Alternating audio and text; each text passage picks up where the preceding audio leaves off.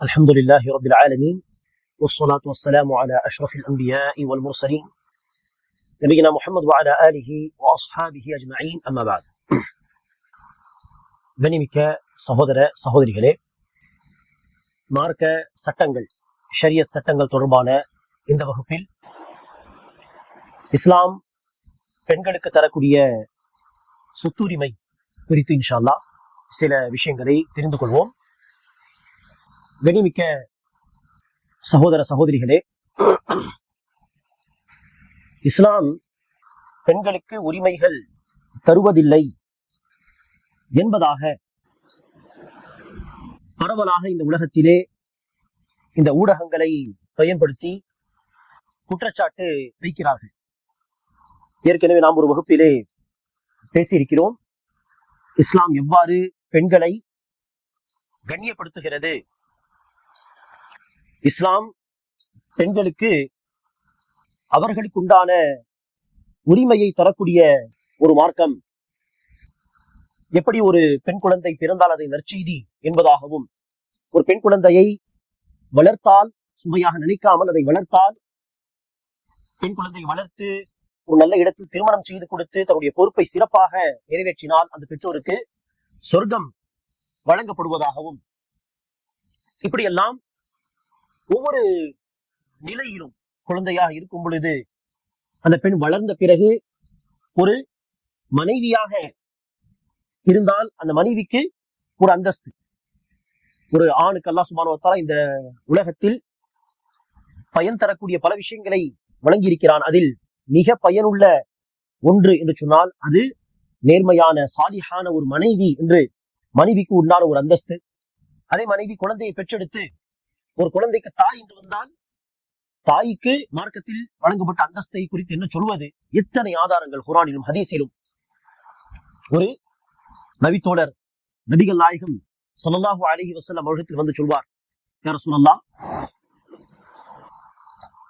நீங்கள் போருக்காக வேண்டி புறப்பட்டால் நானும் உங்களோடு வந்து எதிரிகளுக்கு எதிராக போர் புரிய விரும்புகிறேன், உங்களுடைய ஆலோசனை என்ன? நபி ஸல்லல்லாஹு அலைஹி வஸல்லம் அவர்கள் கேட்டார்கள், உங்களுக்கு தாய் இருக்கிறார்களா? சஹாபி சொன்னார்கள், ஆம் யா ரசூலல்லாஹ், எனக்கு தாய் உண்டு. ரசூல் அவர்கள் சொன்னார்கள், ஃபல்ஸம்ஹா ஃபஇன்னல் ஜன்னத தஹ்த கதமைஹா, போய் நீங்கள் தன்னுடைய தாய்க்கு செய்ய வேண்டிய கடமைகளை பணிவிடைகளை செய்யுங்கள், அதுவே போதும், நீங்கள் போருக்கு வர தேவையில்லை, ஏனெனில் தாயின் காலடியில் தான் சொர்க்கம் இருக்கிறது. அன்பானவர்களே, எல்லா நிலையிலும் பெண்ணை மார்க்கம் கண்ணியப்படுத்துகிறது. பெண்ணை ஒரு மனிதனாக கூட இல்லாத ஒரு காலகட்டம், அப்படிப்பட்ட காலகட்டத்திலே இஸ்லாம் வந்து பெண்களுக்கு அவர்களுக்கு உண்டான கண்ணியத்தை வழங்கியது, அவர்களுக்கு உண்டான ஹக்கு ரைட்ஸையும் வழங்கியது. அதில் வரக்கூடிய ஒரு உரிமைதான் அன்பானவர்களே இந்த சொத்துரிமை என்பது. சொத்துரிமை என்று எடுத்துக்கொண்டாலும் கண்ணியமானவர்களே, அந்த காலத்திலே பெண்களுக்கு என எந்த ஒரு சொத்துரிமையும் கிடையாது. பெண்களுக்கென எந்த ஒரு உரிமையும் வழங்கப்படவில்லை. இந்த காலகட்டத்தில் தான், சமீப காலத்தில் தான் புதிய சட்டங்கள் இதெல்லாம் வந்த பிறகு பெண்களுக்கு என்ன உரிமை என்பதை இவர்கள் இந்த காலகட்டத்தில் என்ன செய்கிறார்கள், பெண்களுக்கு உரிமைகளை வழங்குகிறார்கள். ஆனால் நபி ஸல்லல்லாஹு அலைஹி வஸல்லம் அவர்களுக்கு அல்லாஹ் வழங்கிய இந்த இறுதி ஷரியத்திலே அல்லாஹ் சுப்ஹானஹு வ தஆலா அந்த 1400 வருடங்கள் முன்பாகவே என்ன செய்து விட்டான், பெண்களுக்கு சொத்தில் இந்த உரிமை என்பதை அல்லாஹ் சுப்ஹானஹு வ தஆலா வரையறுத்து சொல்லிவிட்டான். இந்த நூற்றாண்டில் தான் புதிய சட்ட திட்டங்கள் என்று வரும் பொழுது பெண்களுக்கும் சொத்தில் உரிமை தர வேண்டும் என்று சொல்கிறார்கள். ஆனால் இஸ்லாம் இறுதி ஷரியத் வந்து அந்த காலத்திலேயே அல்லாஹ் சுப்ஹானஹு வ தஆலா அந்த சட்டங்களை சொல்லிவிட்டான். பெண்களுக்கு என்னென்ன சொத்தில் உரிமை இருக்கிறது, அந்த உரிமைகளை ஆண்கள் பெண்களை ஏமாத்தி விடலாம். பெண்கள் என்ன செய்ய முடியும், பெண்கள் வந்து போராட முடியாது என்று நினைத்து ஒரு சகோதரன் தன்னுடைய சகோதரிகளுடைய உரிமையை தராமல் ஏமாத்தி விடுவதோ, அல்லது ஒரு கணவன் மனைவியின் உரிமையை தராமல் ஏமாத்தி விடுவதோ, இப்படி எல்லாம் செய்யக்கூடாது என்பதற்காக பொதுவாகவே இந்த பொருளாதார விஷயத்திலே அல்லாஹ் சுப்ஹானஹு வ தஆலாவும் அல்லாஹ்வின் தூதரும் மக்களை அச்சமூட்டி எச்சரிக்கை செய்கிறார்கள்.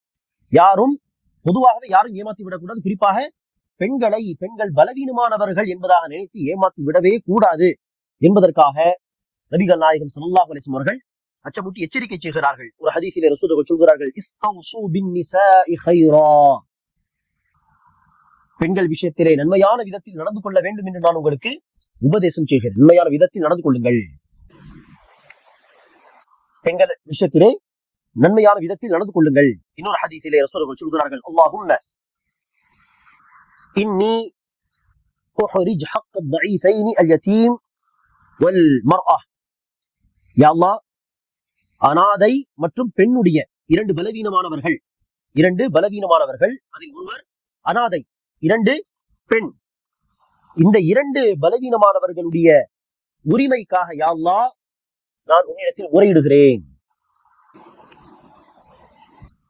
என்று நபி ஸல்லல்லாஹு அலைஹி வஸல்லம் அவர்கள் அல்லாஹ்விடத்தில் சொல்கிறார்கள். ஆக பெண்களுடைய உரிமைகள் விஷயத்திலே பெண்கள் பலவீனமானவர்கள், ஏமாத்தி விட்டாலும் ஒன்றும் போராட முடியாது, எங்கும் போய் நிற்க முடியாது, ஏமாத்தி விடலாம் என்று யாரும் இப்படி யோசிக்க கூடாது என்பதற்காக மார்க்கம் பெண்கள் விஷயத்தில் அல்லாஹ்வை அஞ்சிக் கொள்ள வேண்டும் என்று உபதேசம் செய்கிறது. அன்பானவர்களே, பெண்களுக்கு மார்க்கம் தரக்கூடிய சொத்துரிமை என்ன என்று பார்த்தால், ஒரு பெண் தன்னுடைய தந்தைக்கு ஒரே வாரிசு, ஒரே பிள்ளையாக இருந்தால், இறந்து போனவருக்கு ஒரே பெண் பிள்ளை, இறந்து போனவருக்கு தாய் தந்தை உண்டு, மனைவி உண்டு, அல்லது சகோதரர்கள் உண்டு என்று சொன்னால் அவர்களுக்கும் அந்த சொத்தில உரிமை வரும்.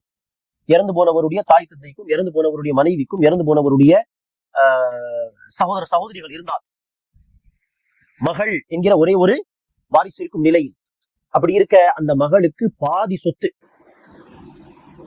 ஒட்டுமொத்த சொத்திலே பாதி பங்கு அந்த மகளுக்கு போய்விடும்.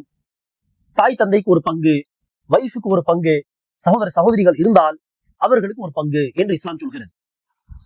யாருக்கு எவ்வளவு பங்கு அதெல்லாம் டீட்டெயிலாக சொல்லக்கூடிய நேரம் இது கிடையாது. ஆனால் எந்தெந்த நிலையில் பெண்களுக்கு எப்படி சொத்துரிமை தருகிறது மார்க்கம் என்பதற்கு எடுத்துக்காட்டாக இந்த விஷயம். ஆக ஒருவர் இறந்து விடுகிறார், அவர்களுக்கு ஒரே ஒரு மகள் தான், தாய் தந்தை இருக்கிறார்கள், மனைவி இருக்கிறாள், சகோதர சகோதரிகள் இருக்கிறார்கள் சொன்னால் இந்த நிலையில் அந்த மகளுக்கு பாதி சொத்து கிடைக்கும். சரி, ஆண் பிள்ளைகள் யாரும் கிடையாது, பெண் பிள்ளைகள் மாத்திரம்தான் 2 பேரோ 3 பேரோ 4 பேரோ இருக்கிறார்கள் சொன்னால், ஒரே ஒரு மகள் கிடையாது, 2 மகள்கள், 3 மகள்கள், 4 மகள்கள் என்று பெண் பிள்ளைகள் மாத்திரம் இருந்தால் ஒட்டுமொத்த சொத்துடைய 2/3 பகுதிகள் சரிசமமாக அந்த பெண் பிள்ளைகளுக்கு மத்தியில் பிரிக்கப்படும். 12 லட்சம் ரூபாய் விட்டு சென்று இருக்கிறார் என்று சொன்னால் அதில் 3/2 பங்கு எவ்வளவு? 8 லட்சம். ஆக அந்த 4 பிள்ளைகளுக்கு 8 லட்சம் 2 லட்சமாக பிரிக்கப்படும். மிஞ்சிருக்கக்கூடிய இந்த 4 லட்சத்தில் தான் தாய் தந்தை இருந்தால் தாய் தந்தையுடைய உரிமை, மனைவி இருந்தால் மனைவியுடைய உரிமை. சரி, இதுவே பெண் பிள்ளைகளோடு ஆண் பிள்ளையும் இருந்தால், ஒரு ஆண் பிள்ளை, ஒரு பெண் பிள்ளை, ஒரு ஆண் பிள்ளை, 2 பெண் பிள்ளைகள், 2 ஆண் பிள்ளை, 2 பெண் பிள்ளை என்று எப்படியும் ஆண்கள் பெண்கள் என்று கலந்திருந்தால் பிள்ளைகளிலே, அப்போது இஸ்லாம் சொல்லக்கூடிய சட்டம் என்ன? பெண்களுக்கு ஆண்கள் பெண்களுடைய 2 மடங்கு ஆண்களுக்கு வழங்கப்படும் என்பதாக நான் சொல்கிறான். ஆணுக்கு 2 பெண்களுக்கு சமமான பங்கு ஆணுக்கு வழங்கப்படும்.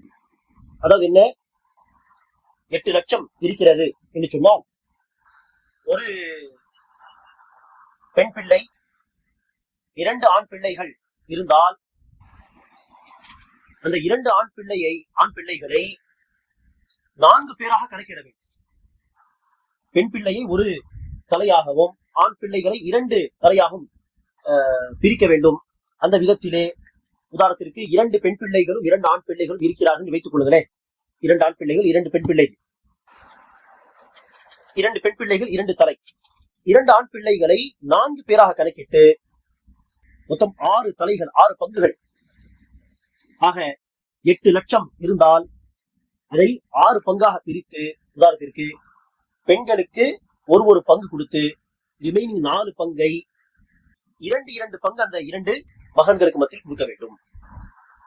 பெண்ணுக்கு எவ்வளவோ அதுக்கு 2 மடங்கு ஆணுக்கு.